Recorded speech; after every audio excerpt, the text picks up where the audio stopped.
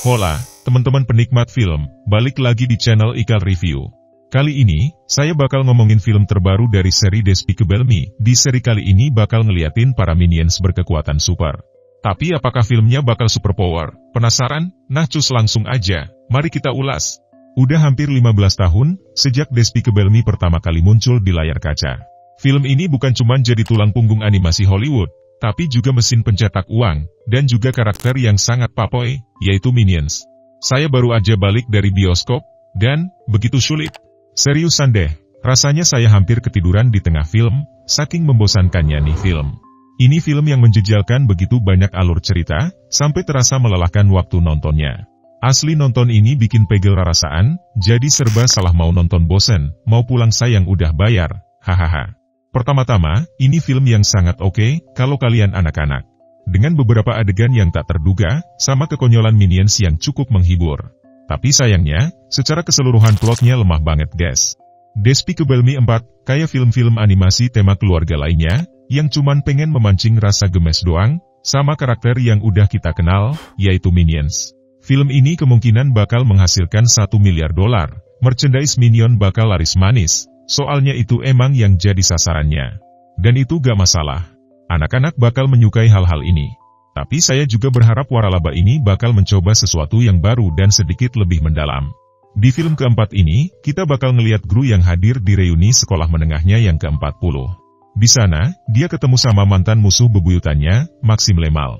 Maxim, yang sekarang punya kekuatan super dari kecoa, bisa mengubah dirinya menjadi makhluk hibrida yang sangat kuat. Alih-alih punya tujuan buat menguasai dunia, Maxim cuman pengen balas dendam sama Gru, termasuk meneror keluarga tercintanya. Tentunya, minion-minion kita yang lucu sama usil juga ikut hadir dengan kekonyolan mereka. Kevin, Stuart, dan Bob ikut sama Gru, sementara yang lain dikirim ke markas Liga Anti Penjahat buat membantu mengalahkan Maxim, dengan eksperimen Mega Minion. Mereka masing-masing menjadi pahlawan super yang memparodikan karakter Marvel. Di film ini, kita dikenalin sama penjahat baru yang harus dikalahin sama Gru dan para Minions. Tapi, penjahatnya sendiri terasa sangat lemah dan kurang menarik. Saking lemahnya, saya sampai lupa sama karakter ini. Terus plotnya bener-bener gak berplot, plotnya sama sekali gak punya arah. Film ini terlalu bergantung sama referensi dari film lain. Sangat membosankan buat sebuah film yang sebenarnya pendek, beberapa lelucon yang lucu gak ngangkat, setiap subplot ditinggalkan tanpa menghasilkan krisis atau resolusi yang memuaskan. Yang paling blunder menurut saya, entah kenapa saya gak suka gimana cara penulis mentreatment Gru di entry kali ini. Penonton udah tahu Gru yaitu ayah yang baik, tapi di film ini terlihat sebagai seorang pengecut. Gru di film ini gak lagi terlihat sebagai penjahat yang dulu kita kenal. Dia lebih sering terlihat pengecut dan canggung. Rasanya agak kurang cocok sama karakter Gru yang biasanya penuh dengan aksi dan keberanian. Terus agak membingungkan juga kalau waralaba ini tampak teguh dalam keputusannya buat nggak bikin ketiga putri angkatnya menua.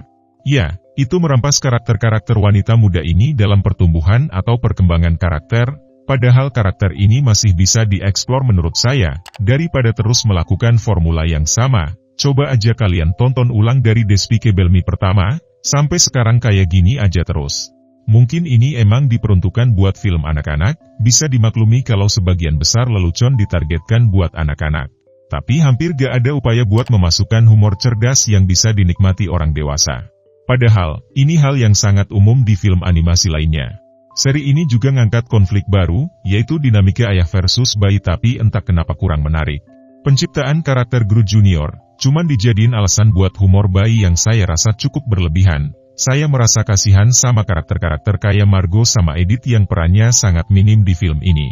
Ya emang, semua studio animasi terus berkembang dalam hal visual, tentunya Illumination juga terus membuktikan, kalau mereka bisa memberikan visual animasi yang bagus. Tapi masalahnya masih sama, kayak studio lain juga, ceritanya masih hambar. Dengan pesan umum, dan karakter yang gak menarik.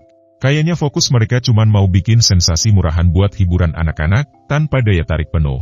Di awal, Minion emang lucu, tapi sekarang mereka cuman bikin kepala saya sakit. Berbeda sama film-film Despicable Me sebelumnya, evolusi karakter kini jadi konsep yang terlupakan.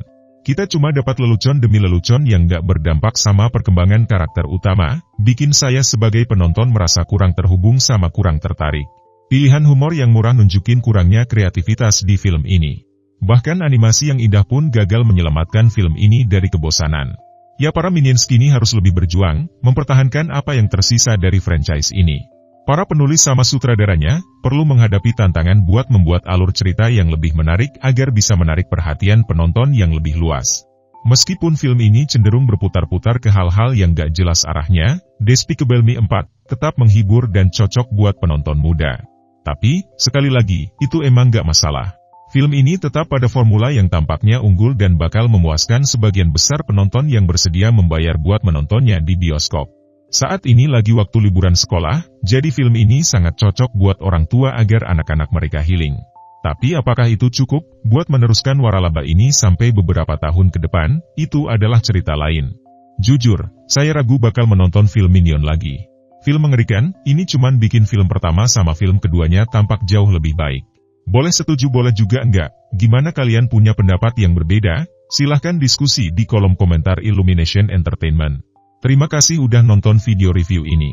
Jangan lupa klik tombol like kalau kalian suka, klik dislike kalau enggak suka, dan jangan lupa share, sama subscribe serta nyalain bel notifikasinya biar enggak ketinggalan review-review film terupdate lainnya. Aku Ikal, pamit undur diri. Sehat-sehat orang baik, dan sampai jumpa di video berikutnya. Some of you may be wondering why you're here.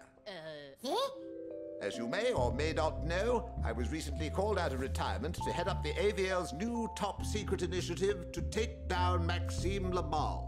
And that's where you come in. We need volunteers. We are looking...